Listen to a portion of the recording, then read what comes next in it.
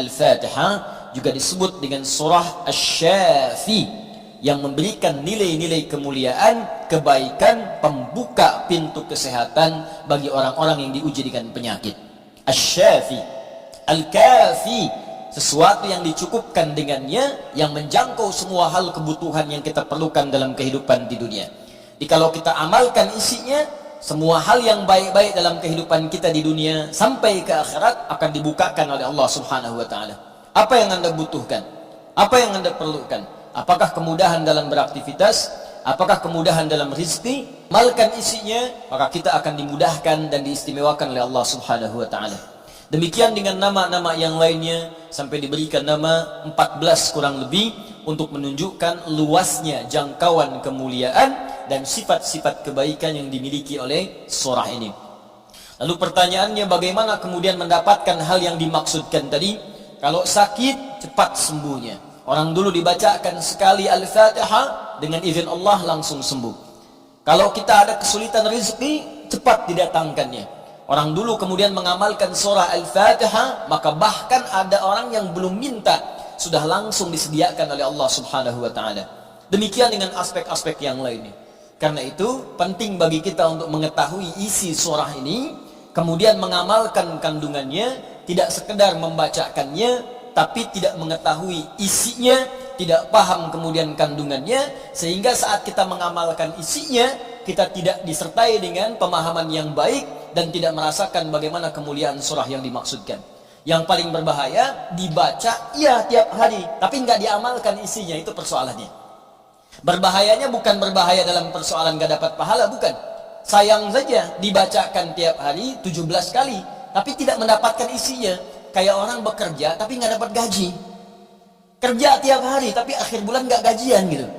Ya, Allah perintahkan kita untuk membacakannya 17 kali dalam sehari, dan menjanjikan pada kita semua jenis kemudahan dan kebaikan dalam hidup. Kita bacakan cuman gak dapat, itu masalahnya. Nah persoalannya, kenapa orang tidak mendapatinya? Boleh jadi bukan karena tidak membacanya, tapi cara membacanya itulah yang tidak sesuai dengan yang diinginkan oleh Al-Quran dan isi surah itu sendiri. Karena itu coba kita gali bagaimana kemudian surah ini diurutkan ayat-ayatnya dan dijelaskan oleh Allah dengan untaian firman-Nya yang sangat luar biasa. Baik, di pertemuan yang lalu kita telah mulai dengan ayat yang pertama. Begini cara memahaminya. Al-Fatihah. Kalau kita ingin memulai bacaan Al-Quran, maka mulai dengan surah ini. Itu yang khusus. Al-Fatihah. Jika kita ingin mendapatkan semua jenis kebaikan dalam hidup dunia akhirat, maka mulai pahami ayat-ayat berikut ini. Cara memahaminya, 1. Bismillahirrahmanirrahim. Baik, Bismillahirrahmanirrahim. Amalkan bagian ayat yang pertama yang memiliki 5 makna dalam kalimat atau ayat yang telah disebutkan tadi. Huruf ba, kedua ismun, ketiga Allah, keempat ar-Rahman, kelima ar-Rahim. Ba yang memiliki 14 makna. Di antaranya di ayat ini ada makna yang terkait dengan ghayah, tujuan. Ada ilsaq, sesuatu yang lekat sekali, dekat, tak terpisahkan. Kemudian musahabah, yang mengawasi kemanapun kita beraktivitas. Kemudian ada istighraq, sesuatu yang luas, menyeluruh, ya, tanpa kecuali. Lalu kita mengatakan bismillah, ba-nya kita sebutkan, ini artinya jadikan semua aktivitas kita tanpa kecuali, istighraq. Dari bangun tidur sampai tidur lagi, lakukan ghayah, semua lillah, karena Allah Subhanahu wa taala. Jadi kalau ingin dibukakan pintu kebaikan oleh Allah, Al-Fatihah, ingin semua dibuka baik, seluruh aktivitas kita, maka niatkan semua yang baik-baik karena Allah. Itu kunci pertamanya. Bangun tidur, niatkan karena Allah. Di begitu Anda bangun, niatkan semua aktivitas karena Allah Subhanahu wa taala. Karena itu saat kita bangun tidur, semua ditujukan karena Allah. Alhamdulillahilladzi ahyana ba'dama amatana wa ilaihin nusyur. Jadi kalimat pertama dengan akhir itu karena Allah. Alhamdulillah, terima kasih ya Allah, saya diberikan kesempatan hidup lagi saat ini, padahal engkau bisa wafatkan aku dalam tidur tadi. Dengan izinmu, ya, sesuai dengan ajal darimu, aku diberikan semua kesempatan untuk hidup lagi. Alhamdulillah, semua pujian aku berikan kepadamu, lillah. Di ujungnya, wa ilaihin nusyur, maka sekarang aku akan beraktivitas mencari bekal sebagai persiapan pulang kepadamu. Wa ilaihi, untuk Allah Subhanahu wa taala. Makanya kalau Anda mengucapkan doa ini saat bangun tidur, kita sudah berjanji, semua aktivitas di hari itu kita akan tujukan karena Allah saja. Mencari bekal, bukan karena yang lain.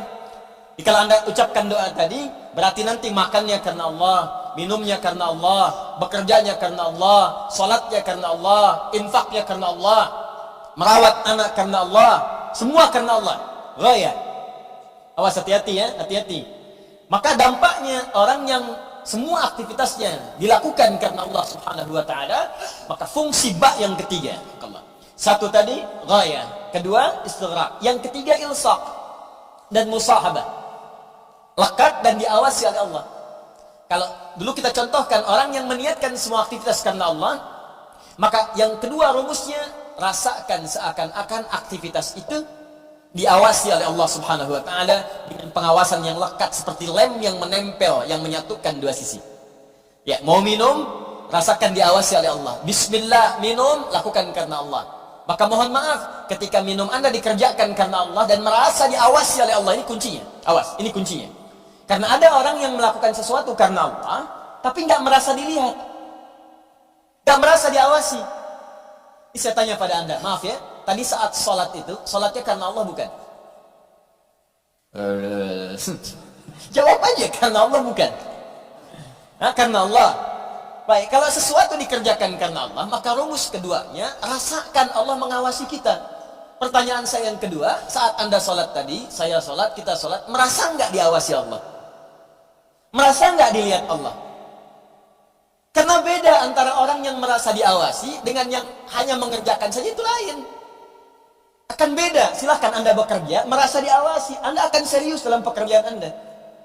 Mahasiswa yang sedang ujian, merasa diawasi, itu akan fokus kepada soal. Susah, mau noleh kanan, khawatir, ada CCTV. Mau noleh kiri juga khawatir, karena terawasi, dia akan fokus.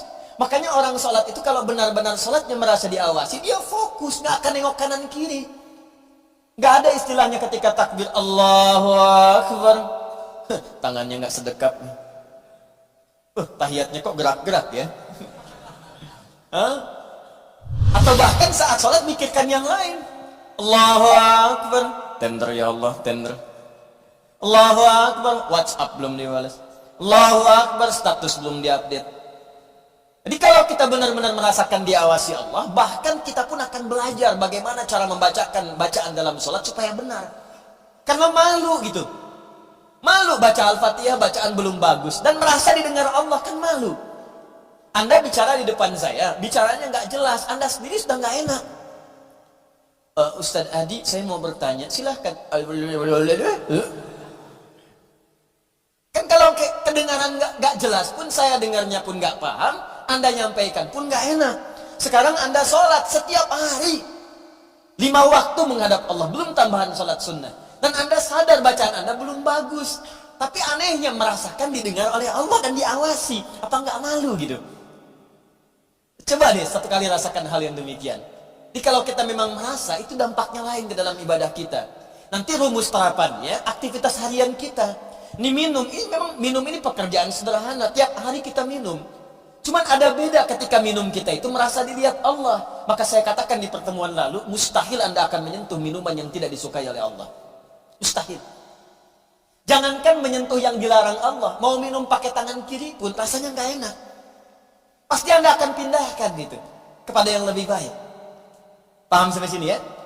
Ya, sama dengan proses begini, mencari nafkah, bekerja, dari di jalan, dari baca, berpakaian. Kalau semua dikerjakan karena Allah, demi Allah saya katakan, mustahil dalam pekerjaan bisa mudah menyentuh yang diharamkan oleh Allah. Gak mungkin. Gak mungkin mau terima proyek yang haram, itu mustahil. Mustahil ikutan tender yang haram, mustahil. Mustahil menjerumuskan diri pada yang tidak disukai oleh Allah, karena merasa disukai, dilihat Allah, dan merasa diawasi. Jadi mustahil. Dusta itu mustahil. Bohong itu mustahil, korupsi mustahil, nyogok gak mungkin. Bukan karena perkara takut orang lihat, karena Allah mengawasi kita. Makanya dulu sahabat tuh ketika diajarkan seperti itu, bahkan anak-anak kecil, jangankan yang tinggal di kota, di ujung yang paling dalam di padang Sahara, yang sulit ada orang setiap waktu, yang kalau lewat cuman kambing gurun dengan unta, Anda bayangkan. Lewat kambing gurun unta, kambing gurun unta, kambing gurun unta. Tapi perhatikan bagaimana mereka mengamalkan huruf ba dalam Bismillahirrahmanirrahim. Diuji oleh sahabat Umar bin Al-Khattab radhiyallahu taala anhu. Lewat padang pasir, kelihatan anak muda sedang menggembala. Saat menggembala itu, menggembala kambing, ditanya oleh Umar, diuji. Kata Umar, saya mau beli sebagian dari kambingmu itu.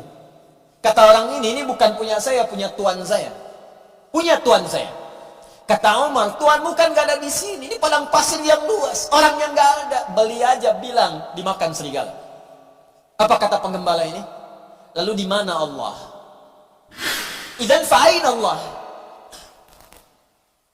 Bayangkan penggembala saja di padang pasir yang orang yang gak ada, yang gampang saja bilang ini dimakan serigala, dapat keuntungan banyak gitu. Ya, luar biasa. Yang dia katakan pertama kali bukan sekedar menolak, gak mau takut ketahuan sama Tuhan, takut ketahuan sama pemiliknya, takutnya tidak. Pertama kali jawaban yang keluar, idzan aina Allah. Lalu Allah di mana? Allah di mana?